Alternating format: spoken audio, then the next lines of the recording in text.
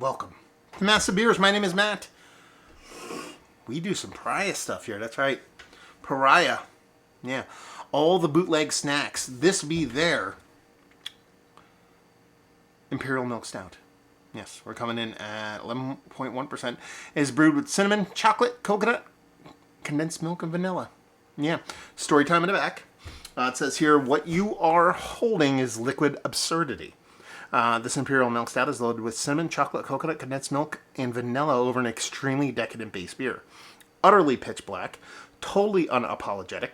We have beers that have the final gravity of this as their starting gravity. Thick. There's a lot of C's in that thick, by the way. Best when shared with those you love. Enjoy. So yeah, they want this in a snifter. Stemless wine glass. It has all that kind of like tattoo flashy desserty background to it. Pariah Brewing, Prince font. Does this have both San Diego, brewed in Canton, Baltimore by Pariah Brewing? No San Diego anymore.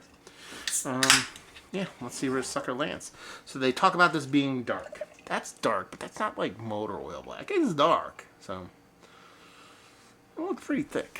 So we'll see what's what. So label-wise, I can get down with it. Yeah, fun font, fun backgrounds, fun stuff and things. Beer-wise, it's dark, but not motor oil dark, so a little bit of fib in there. Pinky finger, malted malt ball colored head. Looks the part of a stout.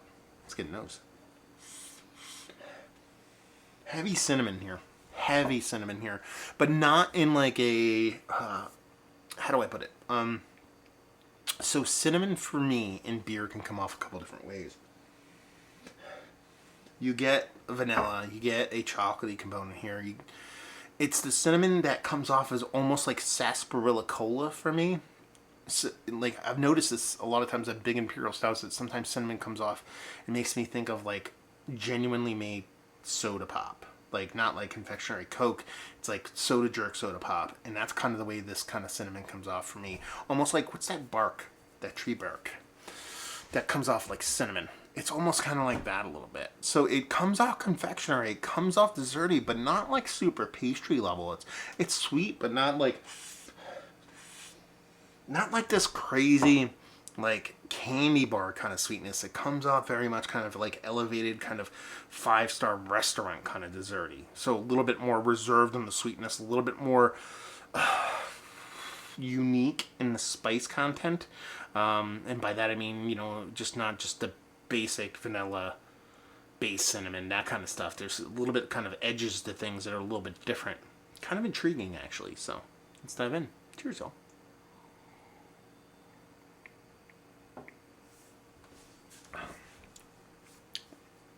And it really does come off like that in the taste. There's something about it. It kind of just separates itself from like a ho-hum generic I live for Florida kind of pastry stout. I'm trying to think of that tree. It's an A. Abacara bark? Arcabara? Something like that bark. That's the kind of way this comes off for me.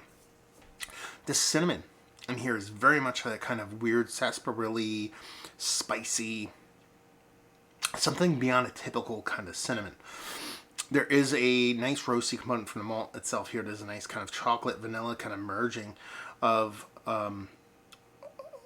like those flavors merging together. Now this evaporated milk thing is kind of weird. Maybe that has something to do with that kind of flavor. But yeah, it really is this cinnamon that's really throwing me for a loop. Coconut is there, but it's that cinnamon that comes off very, very cool, very, very spicy. I keep going back to the word sarsaparilla. It's almost like if you took blackstrap molasses and then you took cinnamon and then added coconut to it. That's the way it's kind of coming off to me, and it's a very, very, very cool combination. Beautiful mouthfeel to it. I wouldn't call it like 9 C's thick. I'd give it a couple C's. So it's got a nice density to it, but at the same time it has this drinkability to it, which is kind of creepy. 11.1%. There's what's it, endearing? is the word I'm looking for. Kind of background bitterness to the whole thing. I think it's coming from a roasted malt. A little subtle astringency from the roasted malt too, which I'm not hating here. And hops. They're not secondary players. They're not third players. They're kind of in the background, but they're that kind of, when you listen to the soundtrack of a movie.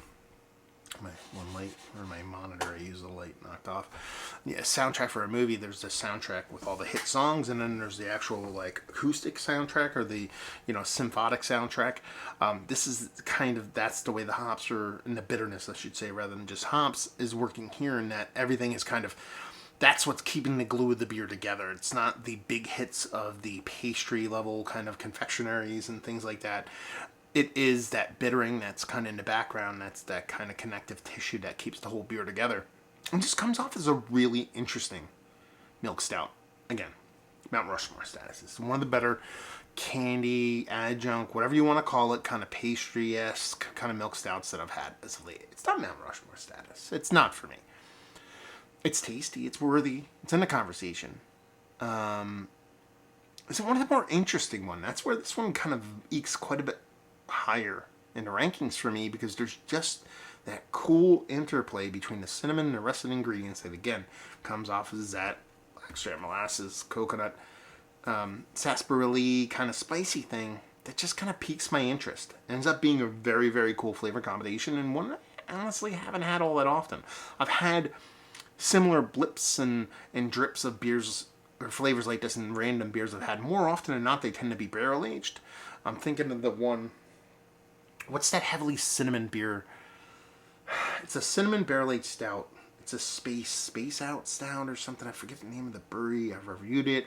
It comes up from down Georgia way. Anyway, it kind of reminds me of that, but something different.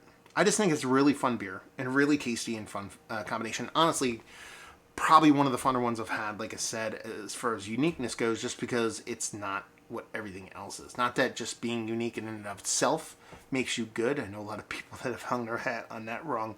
I'm going to be weird, therefore I'm interesting. Doesn't really work that way. But when you're actually tasty and a little bit weird, a little bit interesting, it goes a long way. I dig this. I think it's fun. So there you go. Pariah sent this. I don't know if I mentioned that in the beginning of the review. They sent this off, so I appreciate it, Brian, for sending it off. And yeah, let's talk about it. Like I said, not Mount Rushmore status, but tasty AF. And in general, let's talk about Pariah. Have you had their beers? I know now that they're on the East Coast, they're a little bit more readily available to people in and around where I live. But have you had their beers? Have you been to the brewery? All those things. Let's talk about it. Have you had this particular beer, this particular batch down there? So, hopefully you guys enjoyed the review. Hopefully you guys are enjoying a little bit of Pariah now. Hope we'll see you next time. Cheers, y'all.